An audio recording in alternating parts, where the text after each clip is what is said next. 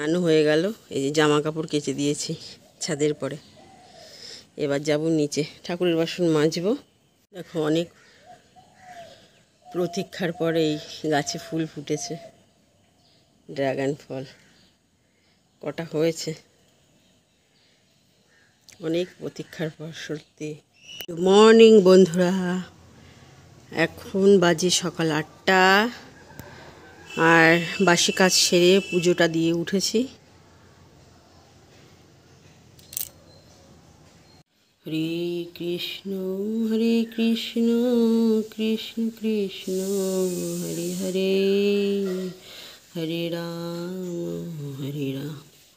রাম রাম হরে কৃষ্ণ কৃষ্ণ কৃষ্ণ হরে হরে, হরে রাম। রান্নাবান্না চলছে। সয়াবিন হয়ে গেছে, নামাবো। আর এদিকে ইলিশ মাছ, চিচিঙ্গা ভেজেছি, আর কলমি শাক ভাজা হয়ে গেছে, দেখাবো। আজ দুপুরবেলা কী রান্না করলাম, এই যে সয়াবিন, লাল লাল সয়াবিন, কলমি শাক ভাজা, আর চিচিঙ্গা ভাজা, আর ইলিশ মাছের ঝোল। এই রান্না করলাম আজ দুপুরে। একবেলার খাওয়া তো, ওতেই হয়ে যাবে, আর কিছু লাগবে না। রান্না কমপ্লিট করে একদম পুরো ঘর পরিষ্কার করে নিয়েছি, রান্নাঘর, গ্যাস সব মুছে। আর এই যে ঝুড়িগুলো একটু ধুয়ে দিয়েছি, নোংরা হয়েছে, আর ধুয়ে পরিষ্কার করে এখানে উবুড় করে রেখেছি। জল ঝরে যাবে, তারপরে তুলে রাখবো।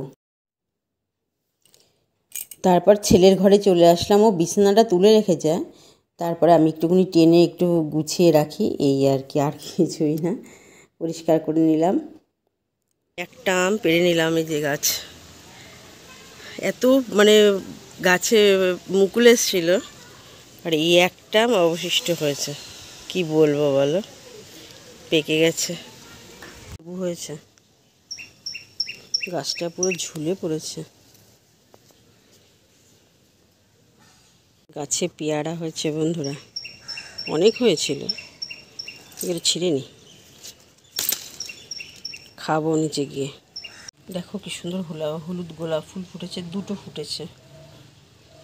ওই যে এই একটা, আর ওই একটা। আর নয়নতারা ফুলগুলো কত বড় বড়, বেশ ভালো লাগছে। আরও বানাচ্ছি, যে তিল ভেজে তুলে রেখেছি। আর এই যে গুড়, ছেলেটা একটুখানি তিলের নাড়ু খেতে চাইছে। কালকে বলছে একটু তিলের নাড়ু বানিও না। বলছে ঠিক আছে, তারা বানাবো।